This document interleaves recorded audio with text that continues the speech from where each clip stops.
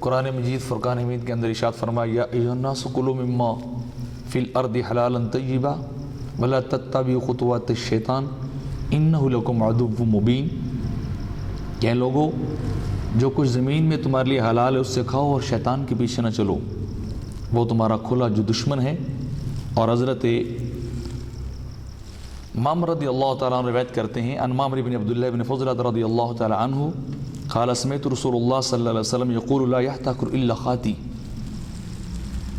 حضرت معمر روایت کرتے ہیں کہ میں نے آقا علیہ السلام کو سنا، آپ نے ارشاد فرمایا کہ ذخیرہ اندوزی کرنے والا گناہ گار ہوتا ہے۔ اور حضرت عمر رضی اللہ تعالیٰ عنہ روایت کرتے ہیں قال رسول اللہ صلی اللہ علیہ وسلم الجالب مرزوق والمحتقر ملعون، کہ آقا علیہ السلام نے ارشاد فرمایا تاجر کو اللہ رزق دیتا ہے اور ذخیرہ اندوزی کرنے والے پہ اللہ کی لعنت ہوتی ہے۔ اور ابن عمر روایت کرتے ہیں رسول اللہ صلی اللہ علیہ وسلم نے ارشاد فرمایا من احتقر طعاما 40 لیلہ فقد باری من اللہ وباری اللہ منہ، کہ جس شخص نے 40 دن تک کے لیے ذخیرہ اندوزی کی، رزق کو جو ہے وہ روکے رکھا 40 راتوں تک، تو اللہ اس سے بری ہے اور جو ہے وہ اللہ سے جو بری ہو جاتا ہے۔ اور حضرت ابو ہریرہ رضی اللہ تعالیٰ عنہ ارشاد فرماتے ہیں قال قال رسول اللہ صلی اللہ علیہ وسلم من احتقر یرید ان یتغالی غالبها علی المسلمین فهو خاطن وقد بری منہ ذمۃ اللہ، کہ جس شخص نے اس لیے کسی چیز کو سٹور کیا، ذخیرہ کیا کہ وہ چیز مہنگی ہو جائے، تو وہ گناہ گار بھی ہے اور اللہ کا ذمہ جو ہے اس سے ختم بھی ہو جاتا ہے۔ یعنی مسلمانوں کو تنگ کرنے کے لیے قحط کی صورت میں، انتہائی ضرورت کی صورت میں اور حالات میں، جیسے کہ آج کل ہمارے ملک میں جو ہے وہ لاک ڈاؤن چل رہا ہے اور کرونا وائرس کا جو معاملہ جو ہے وہ چل رہا ہے، جس کی وجہ سے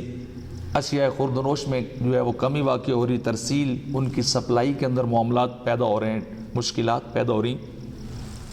تو ایسی صورت میں اگر کوئی شخص ذخیرہ دوزی کرتا ہے کہ میں مہنگی چیز بیچوں گا، تو وہ یقیناً اللہ کے ذمے سے جو بری ہو جاتا ہے۔ اما جی عائشہ رضی اللہ تعالیٰ عنہ ام المومنین سے روایت ہے کہ آقا علیہ السلام نے فرمایا لیس بالمؤمن الذی یبیت شبعانا وجارہ جائع علی جنبہ، کہ وہ بندہ کامل مومن نہیں ہے کہ جو خود تو پیٹ بھر کر سوئے اور اس کا پڑوسی اس کے ساتھ اس کے دامن میں جو ہے وہ بھوکا سوتا رہے۔ اور عبد الرحمن بن ابی بکر وہ روایت کرتے ہیں کہ آقا علیہ السلام بازار سے گزرے تو ایک شخص کو دیکھا جو بازار کی بنسبت چیزیں جو تھی وہ سستی بیچ رہا تھا، تو آقا علیہ السلام نے اس سے پوچھا کہ تم ہمارے بازار میں عام قیمت اور روٹین سے ہٹ کر چیزیں جو ہے وہ سستی بیچ رہے ہو؟ اس نے کہا عرض کی جی ہاں۔ آپ نے فرمایا کیا صبر اور ثواب کی امید کی وجہ سے تم یہ چیزیں سستی بیچ رہے ہو؟ تو اس نے کہا جی ہاں بالکل، میں اسی لیے بیچ رہا ہوں۔ تو آقا علیہ السلام نے ارشاد فرمایا پھر تمہیں خوشخبری ہو کہ ہمارے بازار میں چیز لانے والا ایسا ہوتا ہے جیسے اللہ کے راستے میں جہاد کرنے والا مجاہد ہوتا ہے، اور ذخیرہ اندوزی کرنے والا ایسے ہوتا ہے جیسے اللہ کی کتاب میں الحاد اور نافرمانی جو ہے وہ کرنے والا ہوتا ہے۔ تو مطلب کیا ہے کہ چیزوں کو عوام کے لیے، مسلمانوں کے لیے، مومنین کے لیے سستا بیچنا یہ ایسے ہی ہے جیسے اللہ کے راستے میں انسان جو ہے وہ جہاد کر رہا ہو۔ اور ماقل بن یسار رضی اللہ تعالیٰ عنہ روایت کرتے ہیں کہ آقا علیہ السلام نے ارشاد فرمایا کہ جس شخص نے مسلمانوں کے بازار میں کوئی چیز ایسی داخل کی یا ایسے حالات پیدا کیے کہ جس سے جو ہے مہنگائی ہو جائے اور لوگوں کے لیے چیزوں کو خریدنا جو ہے مشکل ہو جائے، تو اللہ تعالیٰ کے ذمہ ہے کہ اس شخص کو جہنم کے کسی بڑے طبقے میں سر کے بل اور قدموں کے بل جو ہے وہ گرا دے۔ تو اب ہمارے ملک کے عزیز میں لاک ڈاؤن کی صورت میں جب چیزیں اشیاء خوردنوش کے ترسیل اور سپلائی کے اندر جو ہے مشکلات پیدا ہو رہی ہیں اور مسلمان جو ہے وہ تنگ ہو رہے ہیں، تو ایسی صورت میں ہمارے ملک میں بھی کچھ ایسے ناسور قسم کے لوگ